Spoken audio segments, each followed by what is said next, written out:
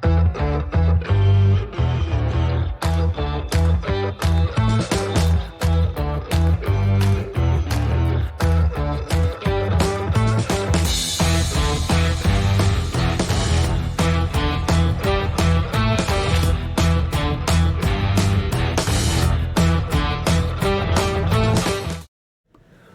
good evening, everybody, and welcome to this week's recorded episode of Communications and Cigars. I'm your host, John Crook. Thank you for tuning in this evening. We are recorded. Yes, we are recorded this week, and obviously we're not going to have a show on July 4th. We're going to be busy with certain things. Might have a clip or something, but the reason we're recorded is because kind of what's going on with the topics of tonight's show, which is hot mess again. That's right. The hot mess rides again. So, and the reason we called it is because we got a lot of little things that are happening, a lot of little things that are in the hopper that we're going to kind of talk about tonight as upcoming shows. Now, this isn't a preview show because we're going to dive in. We're going to touch on a few kind of key things, but I'm going to show you some of the cool things that we have just kind of come in with, which is going to kind of, I think, make things a little interesting on there. So, first of all, I want to say thank you to everybody that has subscribed or that does tune in. I found out there are some people who just, you know what, I don't subscribe to YouTube channels. They don't want to get all the ads and stuff like that. That's fine, but they know to tune in to this show, for example, on Monday nights at 8 p.m. Central on YouTube channel here, Communications and Cigars. So tunes in every Monday night at 8 p.m. on there. But hey, if you have a question about the show, you have a suggestion for the show, want to make a comment, whatever, don't be afraid to hit us up. Communications-cigars at jjkcom.com. That's right, communications-cigars at jjkcom.com. JJK Communications is a supporter of Communications and Cigars. They allow us to have all this nice stuff, and then they actually do have some good products. So if you are interested in looking at business or two-way radio solutions and stuff like that, please go ahead and visit them at www.jjkcom.com. Also, too, as we announced, and we're actually working on them, go ahead and take a look at our podcast, the MCOM Chat Podcast. That's right, is hosted on Podbean. We're getting that up and running. Going to have the first episode dropping pretty quick here. Lots of stuff, intricate parts of the podcast that we need to do. But you could visit the channel's podcast channel, which is https://mcomchat.podbean.com. That's emcommchat.podbean.com. Once again, mcomchat.podbean.com is going to be everything that you need to have on there. So we're going to talk about communications. Let's quickly talk about cigars. So a lot of people have went along out there, and this is kind of a question that came up again, is what do I recommend as a good lighter? A lot of people say, you know, hey, I need a good lighter. I want to get a nice clean burn. I want to get a nice easy burn. What's a good lighter to come at? And I know we've kind of touched on this once before, but when it comes to a lighter, you have obviously a couple different choices. You have actually, which is more of a rounder circle. It's kind of got like almost like my fingers and thumb here, where you have three kind of ports for the lighter part, the torch itself, sometimes they call it, and it's in a little circular fashion. That's going to give you more of a circular burn. Or you have the kind of the Zippo, which has like three ports on there, and it kind of burns up that way. Regardless, either way, when it comes to a lighter, you want to have something that's going to be able to light it and light it well. Some people will light, and occasionally I might even try to go ahead and light a cigar with a match.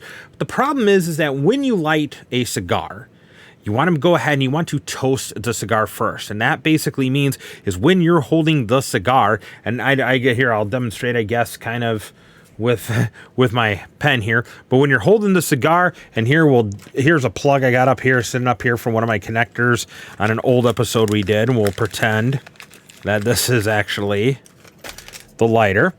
But as you see here, what you want to go ahead and do is you want to take it and you're going to want to toast the tip. So when you want to cook the tip on there. And we'll probably show that in an upcoming video a little bit later on there. But you want to toast that tip nice so it gets a nice, even, clean start around it.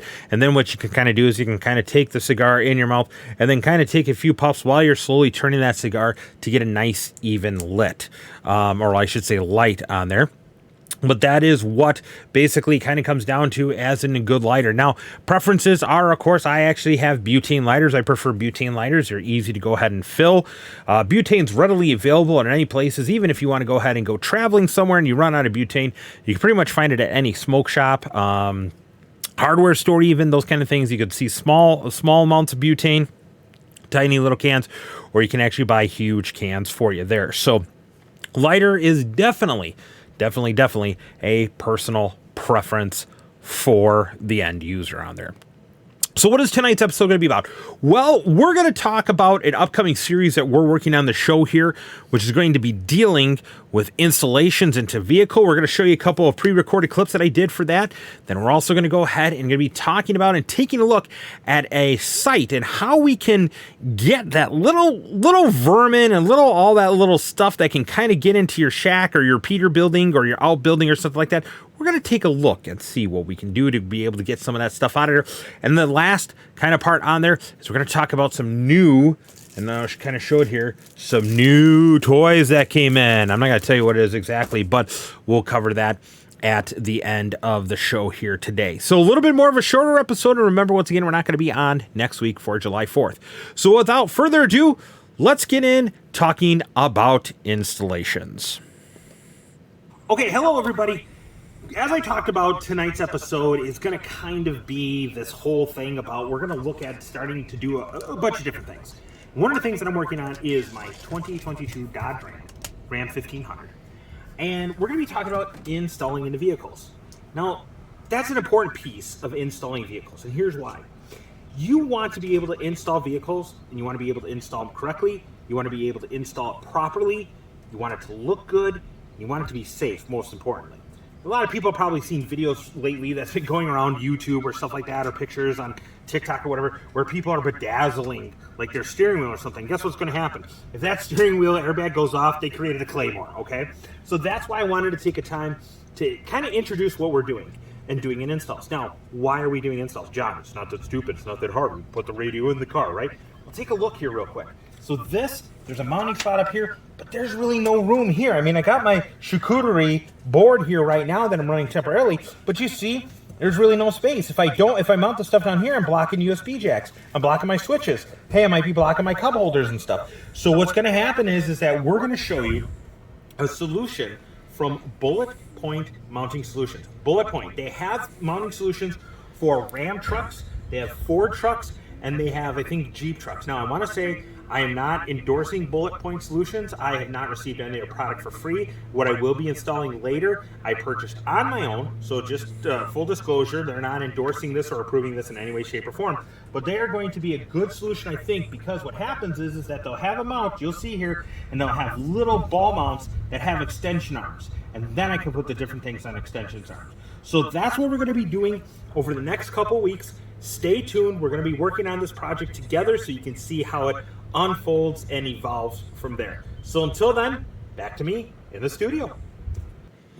Alrighty, and as I said here to myself in there, I'm excited about that because once again, Bullet Point Solutions, Bullet Point Mounting, like I said on there, it seemed to be like a great fit. I don't want to be able to have to drill holes. I want to be able to have it so it's kind of nice in there. So it looks nice. If I ever decide to sell the vehicle or get rid of the vehicle, whatever the case may be, whatever scenario, I don't want to have to be like going ahead and like, oh my God, like I got these holes here in the dash or screwing in their trim and stuff like that on there. I don't want to go ahead and do that in any way, shape, or form. So that's why I think Bullet Point Mounting Solutions on there. We'll go ahead and we'll get more information when we're actually doing the video on there. You can kind of see on there, they do have a couple different varieties. I think that's going to work out pretty good on there. But once again, want to say I'm not endorsed. I've not received any free product or anything. I want full disclosure and full transparency. I bought this on my own after doing some research on there. So just go ahead if you want to see if they got something that might work for Fords or Jeeps or Dodges, or I should say Rams, actually pickup truck on there. Bullet Point, just kind of Google Bullet Point Mounting and you'll see what options they have on there. Now let's take a look at install video number 2, kind of a sneak preview. Okay, we're back to the second part of tonight where we're going to talk about electrical installation on a vehicle. This is probably, one can argue that this might be the most important part, or if not, it's definitely second place for when we're going ahead and doing installations in the vehicle. And I think it's quite important because I hear horror stories of people that buy mobile rigs and they're powering them off the cigarette lighter plug. it's not going to do that, okay? Your average mobile radio is going to draw 15 amps, and that's whether it's be amateur, marine, public safety, whatever, commercial, whatever. Higher wattage radios, like 100-watt radios and those kind of things that they still do exist, are going to draw much more amperage. You cannot be running these off of cigar lighter. It's not a good idea. But once again, coming up in the next couple weeks as we work on our project from kind of the live from the tech bench situation, we're going to take a look at powering. Now let's take a quick look at the powering system here. Obviously we have a battery. Is it easy or is it right to power up with the battery? Yeah, no, I mean, you got to look at this. It's hard to get that off and that's off and everything like that. But this is where you want to take a look for powering sometimes. These are power distribution centers. So the fuse box underneath the hood of the car. Now here's an interesting part. Look at this part right here. See these screw terminals right there? They take the power from this distribution box and they go from here. But you notice there's open tabs on there, or there's open slots in there. Great and easy place to pull your power on it. So all you have to do is just run the cable here. But I'm also going to go in depth further. Not only am I going to show you how we connect the power here to this, I'm also going to show you safety things like putting a resettable circuit breaker in there, running a main power cord all the way into your vehicle through the firewall, heavy duty cord, and then going out to a junction breakout box. Now, you're saying, John, this is really rudimentary. Why are we doing this kind of thing? Well, because not everybody knows how to do this, or not everybody has a good place to tap on. So these are just, of course, simple ideas, simple suggestions, but hopefully they're going to help you. So once again, just like the installs that we talked about inside the vehicle, power is going to be the next thing. And stay tuned, because we're going to keep this going. Alrighty, so that we're going to talk about power. Now, power, like I said in there, pretty significant in regards to what is needed, what should be out there.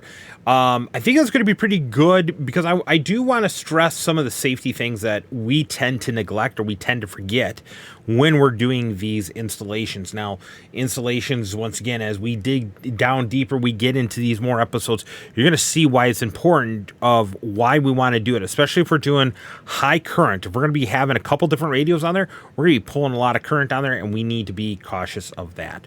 Well, the third kind of tidbit prequel or I don't want to say preview video, how you want to do it, of installations, is going to talk about that good old one, antenna mounting. Alrighty, so what I got to give you one more tidbit, kind of what we're going to talk about, and that is antenna installation. Now, antenna installation is a big thing, and I'll tell you what, on trucks now these days, this is aluminum. This is not metal. This is metal. You can even hear it.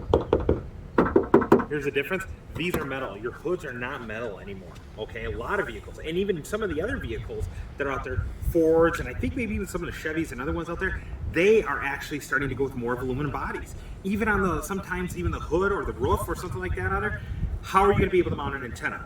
Well, you need a metal surface for the antenna. This is where we're all going to go, and we're going to start to show in how these screws right here, see these two screws right here? These two bolts, I should say, these bolts on here allow you, and you can purchase actual no holes drilled antenna mounts that are going to use these existing bolts, come up over, and sometimes they're called no hole drill fender mounts. There's a couple different names for them depending, but now what we're going to be able to do is we'll be able to attach it to one of these bolts. It's going to ground out to the body here, and then that's going to give us a great ground for the body, and it's a permanent mount too. It's not a magnetic mount, and we could do NMOs on there. We could do a whole bunch of different ones on there. So that is, I guess, finally the last little part, what we're going to go ahead and talk about in the next upcoming weeks on Communications and Cigars when we go to the field to do the installs. Back to you. Alrighty. So, like I said, that's going to be the main core part we're going to do on the installations. Now, we're not going to get deep in the radio. You know, we might kind of cover some areas of like where we should mount the radios and kind of considerations and everything like that for that on there. That is going to kind of always be up to the individuals. But a lot of times I see a lot of people have questions about, you know, antennas and, like I said, where to tap the power, where to do that. A lot of this stuff these days, I'm actually surprised with the vehicles out there, seem to almost be set up for it right away. Like I said, you saw on that mounting block there off the distribution block coming off the battery, no need to go directly to the actual battery. You can tap right off that distribution panel right there. You can use those existing screws with those mounts. Lots of vehicles are now starting to come up with those no hole drilled mounts. They use either existing body bolts on there, or you can tap a small screw into the side. There's a couple different options on there, so we're going to show that. In addition, one thing we're going to show when we mount the antenna part is that there is a new thing out there. It's called the actual tail light, and it's like an above, like back tail light kind of thing. We're going to show you how some of those antennas are mounted on there. We're going to really turn this vehicle into a porcupine, to say the least, on there. So that is what is coming up here in the next few shows. That's why tonight's recorded, and that's why these videos were done on Saturday on there. Yeah, I know I should have been out doing field day or something like that, but just didn't get a chance to go ahead and do that. But now let's switch channels. Let's go to something else that we're going to talk about. The other thing we're going to talk about right now is in regards to dealing with sites. And more importantly, when we're dealing with sites, how to run the antenna and coax cables inside their site, shack, or building here. So in here, you see one of the sites I've been working on there. This is actually a Tough Shed that was actually purchased. Now, the reason I purchased the Tough Shed, once again, not sponsored by them, did not receive any promotional considerations or anything like that. I'm not an agent at them. I don't work for them or anything like that on there. But the reason I purchased it is because it's a well-crafted, built on-site building, has a very strong and durable roof, has a very good, upgraded floor, all these kind of different things like that on there.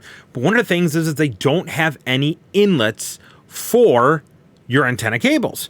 So how are you going to go ahead and do that? Well, first of all, it's a shed. It's not designed to go ahead and be any sort of like main focus thing on there for running stuff in and out. So I kind of get back thinking, like, how can I go ahead and make the most efficient, the most effective means of getting stuff into the building? So what I did was I looked at a bunch of different solutions. Now, lots of times people will say, well, you can get one of those antenna mounts that have the multi-antenna ports on there. Yeah, this site, though, not really going to have that. It's not going to have multiple transmitters and stuff in there. It's going to have some microwave equipment. It's going to have some two-way radio equipment in there. But for the most part, I was like, what can we do to go ahead and get there? So as I was walking around the hardware store, because what guy doesn't like to walk around the hardware store, I went along and I walked past and I saw some heat venting options, I guess you can kind of say. And that's what this actually is. This is actually a heat vent with about a 4-inch diameter pipe. And what it is, it's designed is to put it in so you can have your furnace vent out into it. You could have the exhaust from, or the venting from an oven or something that's going to vent out exhaust heat, like a water heater or something that's gas or something on there. So you get the point on there. But what I found interesting was, and I'll zoom in here a little bit more, is that this venting thing was already made up with this. Now that silver thing, like right up at the top of it, is you'll see, well, first of all, let's look at the yellowish kind of thing on there. The yellowish is actually foam kind of rubber, which keeps that, if you can kind of see along the top there, the little metal flap from going ahead and closing tight or getting stuck there or anything like that. Now, if you notice, there is a mesh screen that was already put in there, and that's not, I'm not talking about the silver stuff. I'm actually looking at, you see that hex pattern of that black kind of like almost like screen, and that's heavy duty metal. I actually had to take and take a pair of snips and cut out that metal around there to open up that hole to put in this Cat 5 armored cable, to put in a small low voltage cable for some charging or monitoring of battery from solar panels, and then hardline coax will go in there. Now, that's great. We punched this hole, and as you see, it's screwed down, and there is water sealant protected around this whole metal part in there. We'll take a look on the inside in a minute. But guess what? Now I got to look at it and it's like, you know what? There's little bugs and birds and baby mice, squirrels, whatever, that could possibly get in there. So what am I going to go ahead and do? Well, so first of all, it's kind of nice because it has that metal frame on there. So the odds of something being able to crawl up that can, get across that metal area, well, that's kind of on the lower key. But what I did was that I put something silver in there. If you notice, silver in there. Now we'll go ahead and take a look at the picture on the inside, because now you're going to be able to see what I'm talking about. And it is packed with steel wool. That's right, steel wool. So this is the 4-inch pipe that comes out. Look at the picture on the left. As you see, we drilled a hole through the wall there, and we sealed it up there with caulk and stuff around there. So it's going to be great. It's going to be, no one's going to get in there. No animals or nothing like that is going to get in there. We wanted to let the caulk sit. So what's going to happen is once that is sit on there, then we're going to take some Rust-Oleum. We're going to spray Rust-Oleum around that pipe where it meets the wall there to kind of keep that rain and water out on the inside there. We're going to leave that steel wool in place. Now, the reason we're leaving the steel wool in place is because guess what? Nothing is going to really go ahead and go through that steel wool. There's a lot of steel wool that's packed in there, okay? And it's like a very, very coarse kind of steel wool. Animals are not going to chew through all that steel wool. And you can see how long that pipe is. I mean, we're looking at maybe, I'm not even sure, maybe from the wall and stuff, or maybe that looking a foot. Okay, so that pipe is almost 1 foot full of steel wool. There's not going to be things that are going to come through there. Now, the reason I chose to do steel wool is because lots of times people will be like, oh, wait a minute here, we just spray some foam in there, but the mice can chew through the foam and what have you. If we need to, that's the best part, is we can go that and see from the outside there, if we needed to, we could actually spray some foam in there if we have to for some reason. Like if bugs or stuff are going ahead and getting in there, we can go ahead and do that. Otherwise, if you look at the picture on the right, there is a reducer cap that takes it down from a 4-inch to about a 3-inch. And once again, we could add more if we want to on there for more piping to be able to kind of get it down into like kind of funnel it down and then kind of do more even sealant on there of foam insulation if we needed to on a section of 3-inch pipe or whatever the case may be. Point of the matter, excuse me, is that now this is really sealed up. Okay. Are you going to get bugs in? Yeah, you can, but bugs can come through little cracks and stuff like that. But you know what? We're not going to go ahead and run a risk of getting mice in there. We're not going to run the risk of getting small animals in there. We're really not, because we have the steel wool that is really packed in there. So that's a kind of a good consideration. I did something very similar in my house where I had an extra dryer vent that was running from kind of the mudroom upstairs, which is not used as a mudroom. But the dryer vent there, kind of whacked it off and then pushed the cables through there. And then I took a bunch of spray foam and I sprayed it in there and I sprayed it from the other side. If I had to go do it again, which I probably will have to here in a little bit, I'm going to go ahead and do the steel wool route. Because I guarantee you stuff is not going to come through that steel wool. It's not going to go ahead, and if I need to, I can move the steel wool out of the way. And here's the best part. If I do need to do some sort of foam protectant, if let's say there's little Asian beetles or little bugs or hornets or something that might be coming through there, I could just do a little spray foam right at the front base on there. I don't have to go, inches and inches and inches deep of expanding foam. I could just do it right on the front there. To me, that's more comforting. To me, that's more reassuring.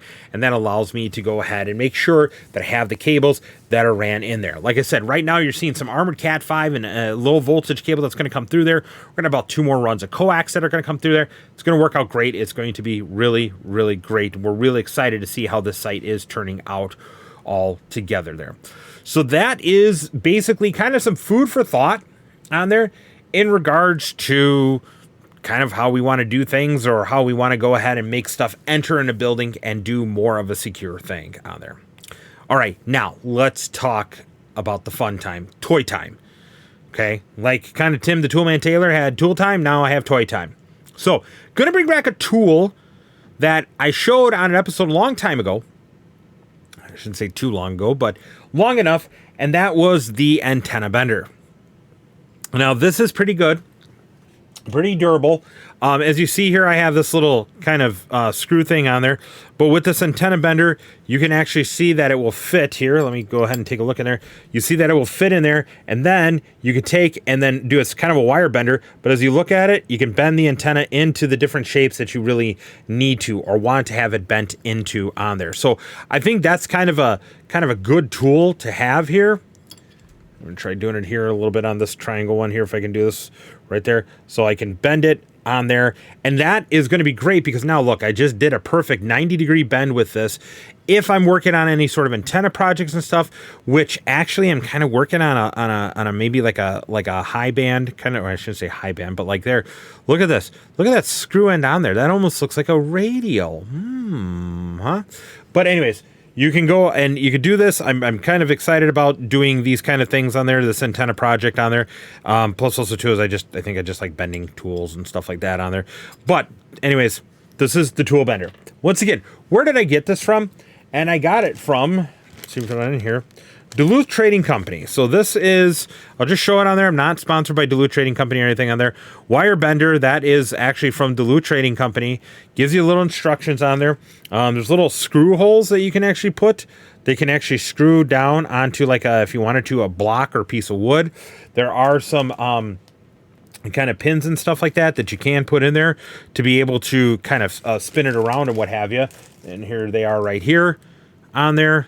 But you can actually put the pins right into the holes here if you have a couple different ways you want to go ahead and turn it. So, cool thing on there, wire bender from Duluth Trading Company. They're not just all about clothing. Once again, not sponsored, endorsed by them whatsoever. Now, here's the really cool toys. One of the things I like to do and talk on the show here and stuff is the ability to be able to kind of learn about all aspects of two-way radios. So one of the things about two-way radios, it comes into filtering. And whether that be repeater filtering, like a duplexer, or other types of filtering or stuff like that, sometimes you do have to tune filters, or you have to tune antennas, or there's a couple different things to do on there. So, from my good friends at R&L Electronics, okay, once again, I'm not sponsored by R&L Electronics or anything like that. I bought the following items on my own. I decided to go ahead and take a look at it, and I've purchased a Nano VNA H4. So yes, a Nano VNA H4 handheld vector network analyzer on there. This device can do a lot of different things on there. Allows you to take a look at, basically sort of doing polar coordinates, SWR, you name it on there. You can even see how it's really, really brand new. Well, kind of in there. Just got it over the weekend here. Another reason why the episodes are recorded today, because kind of starting to play and trying to do some things on there. So not only did you get the Nano VNA H4, which is a 4-inch screen and has the actual SMA connectors, I also went along and got, well, you know what? This is all in a nice carrying case and everything like that. I got a Nano VNA SAA2N. Now, the SAA2N basically is a little bit of a bigger, kind of like the same scene screen and everything, but it's giving you 2 N connectors on here. And that's going to be great when I go ahead and talk about tuning a duplexer and tuning filtering and stuff. We're going to be doing an episode on there. Now, in addition to that, there are going to be times where it's like, you need to kind of monitor some things. You need to do a spectrum analyzer on there. I also picked up a Tiny SA, the Tiny Spectrum Analyzer. And when we say spectrum analyzer, tiny little thing on there, we are talking a tiny little thing on there. It is quite tiny. I mean, look at how big it is. You can see where my hand is. But we're going to be doing some videos and everything up there. I might actually have someone who's used one of these in the past to get on. If he is listening, you know who you are, bud. But anyways, we're going to be looking at some of that. We're going to be using it to check a duplexer. I have a Rig Experts A600. It does great for antennas and checking SWR. Hands down, it does great. But there's some times where you kind of actually have to go a little bit deeper, especially like on a vehicle when you're looking at radiation patterns and how things are and all those kind of things.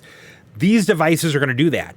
But I think they're such low cost and such high value and high worth that these the tools, 3 of them here, there, are inexpensive. They're not cheap as in like quality and stuff like that, but they're cheap as in price. And that's a pretty important thing. That's a pretty good thing to there. So coming up in future episodes, we're going to be looking at some of these things and going on there. The network analyzer, or spectrum analyzer, I should say, is really exciting. Really looking forward to that network analyzer. So, that part of the show that we always talk about, really bends my antenna.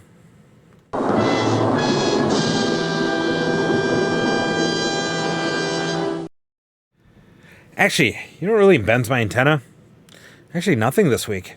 Believe it or not, we have good things coming up here. I know it kind of was sort of clickbait that we just did there, but I love that little guy so much there. But we don't really have anything that bends our antenna tonight because guess what? We kind of talked about a few different things, and this is sort of more of, once again, the Hot Mess Again show. But stay tuned.